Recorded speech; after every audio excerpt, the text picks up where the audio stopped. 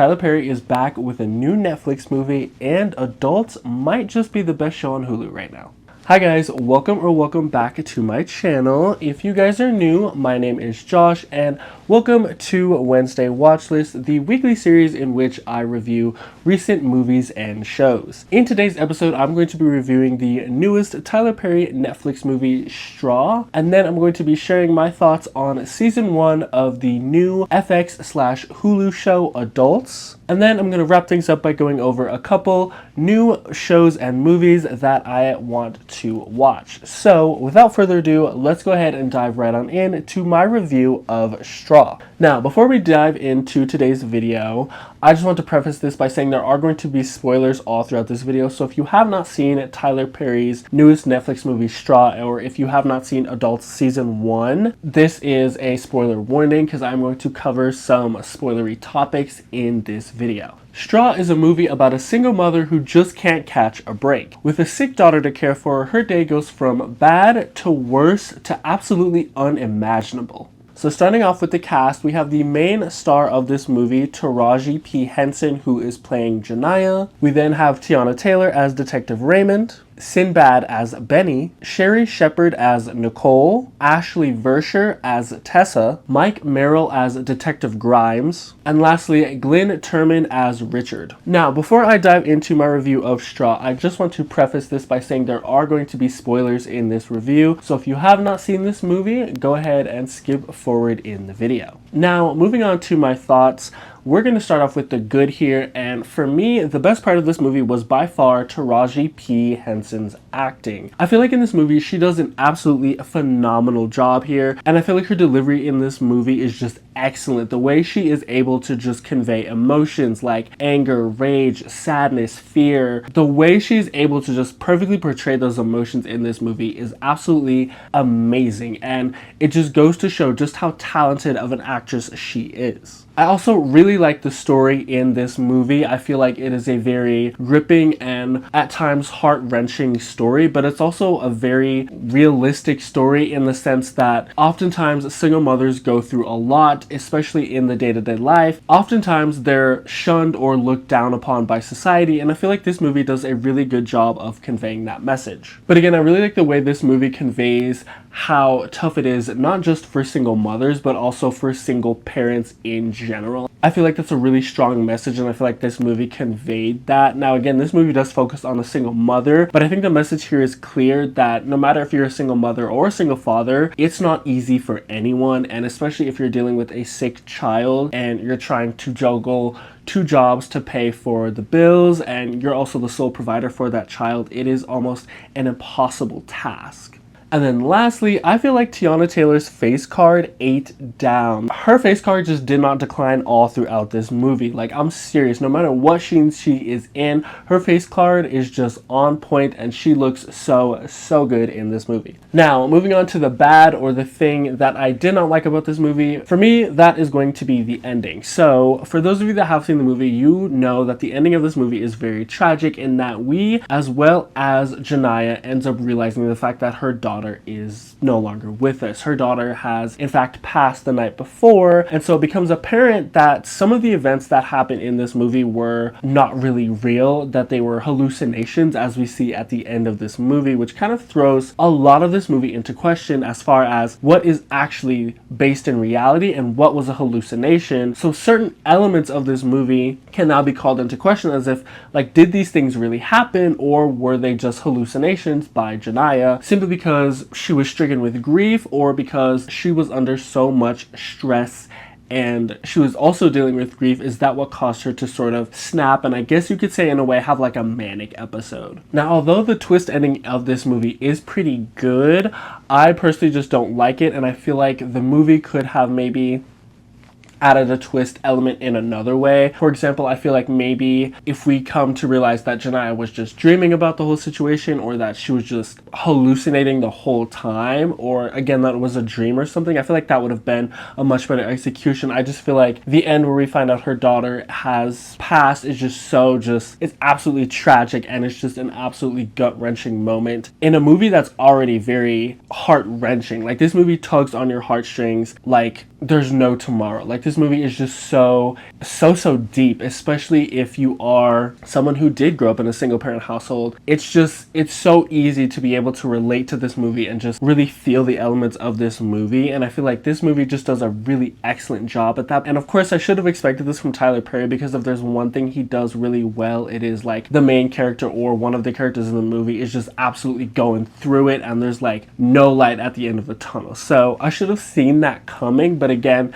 I was just a little upset at the ending. Not because it was bad, but just because personally for me, I just didn't like it. Now, as far as my rating for this movie, I am going to give this movie an A rating, because I think that this movie's story is, again, very gripping, very heart-wrenching, and I feel like it's a very compelling story. I love Taraji P. Henson's performance in this movie. I think it's one of her best performances to date. And although I might not agree with the ending, I can see why Tyler Perry chose to go in that direction. And I think it's a very unique twist ending. So that is going to conclude my review of Tyler Perry's Straw. And again, if you are interested in this movie, it is on Netflix. Now, moving on to Adults Season 1 and my thoughts on this show. So for those of you who don't know what this show is about 5 younger adults who are roommates living in New York, and it essentially shows their day-to-day life and the struggles and challenges they have to overcome and work past, and all the challenges that we as young adults face in this world, especially as we try to figure out how to be an adult and also try to figure life out, essentially. So starting off with the cast, and I apologize if I butcher anyone's name here,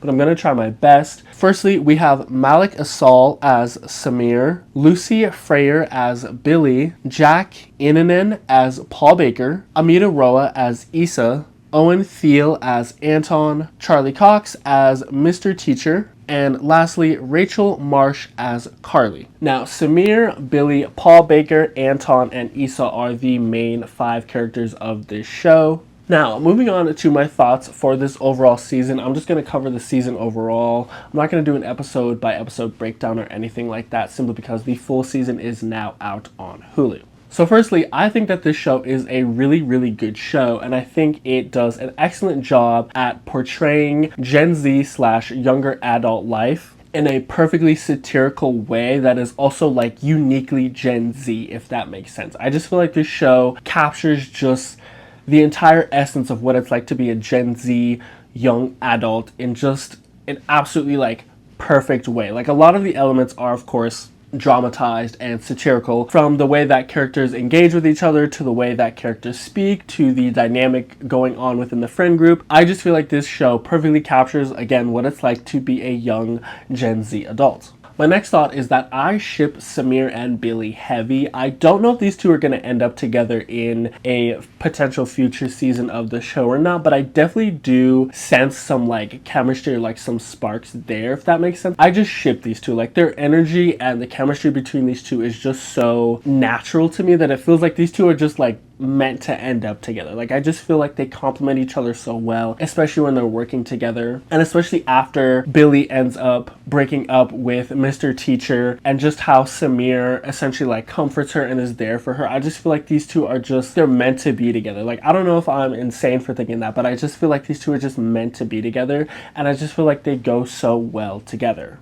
And then my next thought is that Anton and Paul Baker, I feel like this was hinted at all throughout this season, and I feel like it was most hinted at in episode 7. I believe that episode is called Annabelle, where they are left in charge of watching this teen girl who is getting an abortion in their state because it's illegal in her state. She is staying with them, I believe, for the weekend as she gets this abortion, and Anton and Paul Baker have to watch over her, and they essentially play like two dads watching over their daughter. I feel like that episode in particular like highlighted the fact that these two, like, not necessarily that they were aware they had feelings for each other, but like they, like, their energies and their like just dynamic just clicked, if that makes sense. Like, I just feel like their relationship, or like a relationship between these two, has just been hinted at all throughout the season, especially from the way Anton warms up to Paul Baker, and again this whole episode 7, Annabelle, where these two are just, their kind of like two-parent dynamic is just playing off of each other so well in this episode. I don't know if if these two are going to get together, but at the end of the season, it is hinted at when it is revealed to the fact that Paul Baker ended up marrying Anton because that was his only way to stay in the country. I feel like the last episode of this season definitely hinted at that, and I definitely think that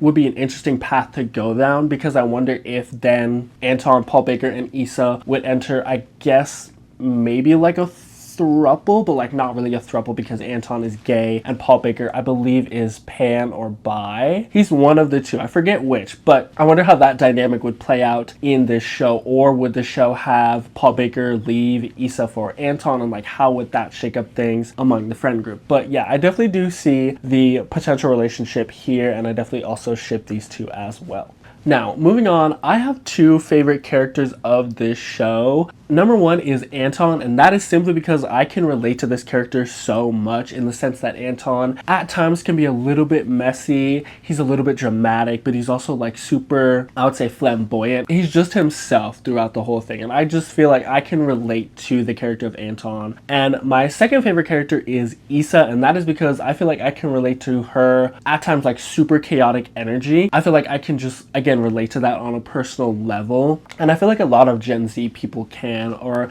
maybe I'm mistaken on that, but at least to me, like from what I've seen, again, I feel like these two characters are super relatable, and for me, they are my two favorite characters of this first season. Now, additionally, in a previous episode of Wednesday Watchlist, I alluded to the fact that I had read online that this show is similar to English Teacher, but in more of like a Gen Z way, and I definitely see that now that I've watched this first full season. I definitely see these similarities between this show and English Teacher, and there are differences here, of course, whereas English Teacher sort of focuses on the one main character. This show then focuses on an entire group of characters, but again, I definitely do see the similarities between this show and English Teacher, and I also, again, I really like both shows, so if you liked English Teacher or if you like this show, I would definitely recommend you check out the other one, because again, they are very similar, and I feel like they cater to a similar audience. And then lastly, wrapping up my thoughts on this show, I really hope we get a season 2 of this show. There has not been a confirmed cancellation or renewal of this show yet, but I really do hope we get a season 2 of the show, just because again, I feel like this is one of the best shows on Hulu right now, and I feel like it is one of the best like day in the life of a Gen Z young adult show, if that makes sense. Like, I just feel like this show conveys like, again, what it's like to be a young adult in America and in society right now. Like, I just feel like it perfectly encapsulates all of those things, and so I really do hope that the show gets a second season. But that is going to do it for my thoughts on Adults Season 1. Now, lastly, wrapping this video up because I know it is getting long, I'm just going to go over a couple shows and movies that are either coming out or are about to come out that I want to check out. So, starting off with shows, number one, we've got Ginny and Georgia, the new season. I believe it's season 3, if I'm not mistaken. I definitely want to check out this new season. Next up, we've got Overcompensating. This is another show that I've heard is very similar to The English Teacher, and it's also, I've heard it's also similar to Adults. So I definitely want to check this show out because, again, I've heard that it's similar to both of these shows. And then lastly, moving on to movies. First up, we've got The Materialists. I want to go see this movie. I've heard mixed things online. I don't know what it is, but apparently people that like were looking forward to this movie ended up not liking it. So I'm kind of curious as to why. I haven't read any like spoiler reviews or anything like that because I want to go into this movie completely blind so I can really form my own opinion and stuff. And then next up, we've got F1. I feel like half the internet is looking forward to this movie just because the soundtrack for this movie has a bunch of famous and trending pop stars on it. We've got a song from Tate McRae, I think, and then we've got just a bunch of like trendy pop artists on this movie's soundtrack, and then it also just genuinely looks like a good movie. I definitely want to go check this out in probably, I would say, Dolby and IMAX. And then after that, we've got Megan 2.0. So this is a sequel to the original Megan movie, and this is sort of like a campy like horror movie, if you will. The first one I did enjoy. I watched that on a streaming service, but this one I definitely want to go check out in the theaters. And then lastly, we've got Jurassic World Rebirth. So from the trailer and from what I gather from the trailer for this movie, this takes place after the last Jurassic World, and I guess we're like going back to the original Jurassic Park, and it's kind of like this almost like a heist movie but in like Jurassic fashion. So I'm kind of curious as to how this movie is going to play out, and then I'm also curious as to what the box office is going to look like for this, and also what the audience reception is going to be to this movie, because if If I'm not mistaken, the last Jurassic World movie was not that well received by critics or audience. So I'm kind of curious as to how this movie is going to play out. But that is going to do it for this week's episode of Wednesday Watch List. I just want to thank you all so much for checking out this video. And as always, please don't forget to like, comment, share, and subscribe. And I will see you guys all in the next video. Bye!